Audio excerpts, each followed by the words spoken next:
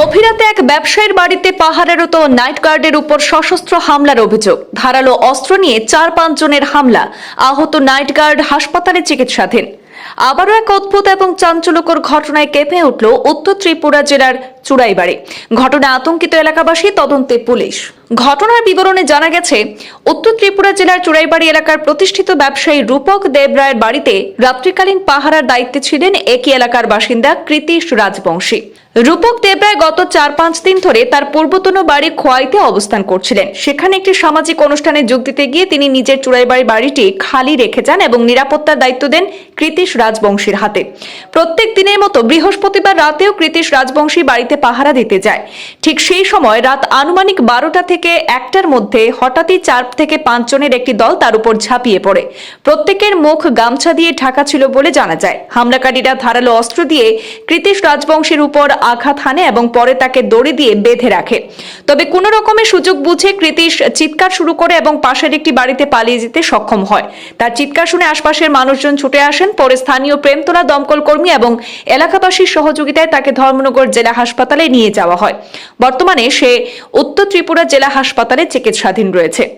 এই ঘটনার খবর পেয়ে চুড়াইবাড়ি থানার পুলিশ দ্রুত ঘটনাস্থলে পৌঁছে তদন্ত শুরু করে। তবে আশ্চর্যের বিষয়, হামলাকারীরা বাড়ি থেকে কোনো কিছু লুট করে নিয়ে যায়নি। পুলিশের প্রাথমিক অনুমান, এটি ডাকাতির উদ্দেশ্যে সংঘটিত হামলা হতে পারে।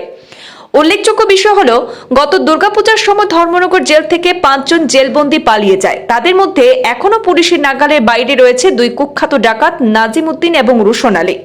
এলাকাবাসীদের দাবি, এই ঘটনার পেছনে ওই ২ পলাতক ডাকাতের হাত থাকতে পারে, কারণ অতীতেও তাদের বিরুদ্ধে একাধিক ডাকাতি এবং চুরির অভিযোগ রয়েছে। এই ঘটনাকে কেন্দ্র করে চুড়াইবাড়ি এলাকায় আতঙ্কের পরিবেশ তৈরি হয়েছে।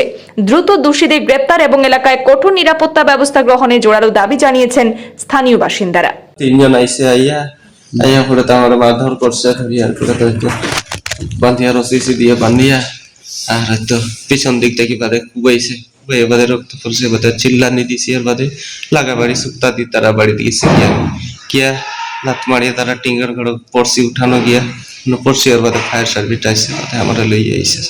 সেই সময় আমি তো কিছু করতাম পারি না। যে তোমার তারা আক্রমণ চালাইছে, কয়জন আসছিল? ৩ জন আসলে। যে সময় পিছন দিয়ে মারছে, সময় মাথা ঝিম করে উঠছে, তখন ৪ জন ৫ জন দেখা গেছে। কেউ চিনছো না, কেউ চিনতে পারছি না। এমন একটা মানুষ আছে, এটা আমি ইটার দেখছিও না। তার ড্রেসও আলাদা, কালা কালা ড্রেস লাগাইছে, চোখ কিছু দেখা যায় না। তারা কি মুকুট বান্ধা আছে? সব মুকুট বান্ধা আছে। তুমি কার বাড়িতে আসিলা? আমি বাড়িতে আসলাম, রূপক দেব রায়ের বাড়িতে। কি করতেছিলে এখানে? এখানে ডিউটিতে আসলাম। আমি নাইট ডিউটি? নাইট ডিউটি ৩-৪ দিন থেকে ডিউটি করতে আসি এখানে। আচ্ছা, রূপক দেবনাথ কই গেছে? রূপক দেবনাথ আগরতলা গেছে, তা খুয়াই গেছে। কুয়াই কি গান? খুয়াই গেছে তার পুরান বাড়িতে কিতাব বসন্ত বানা, তার কিতাব পূজা দিয়ে গেছে। আমার কইছে তুমি একটা ছোট্ট পাহাড়া দিও, আপনার থাকবেন। আমি কইছি আচ্ছা ঠিক আছে দাদা, আমি যাবো। পেয়ে আইছি। তোমার নাম? কৃতিশ রাজবংশী। বাড়ি কোথায়?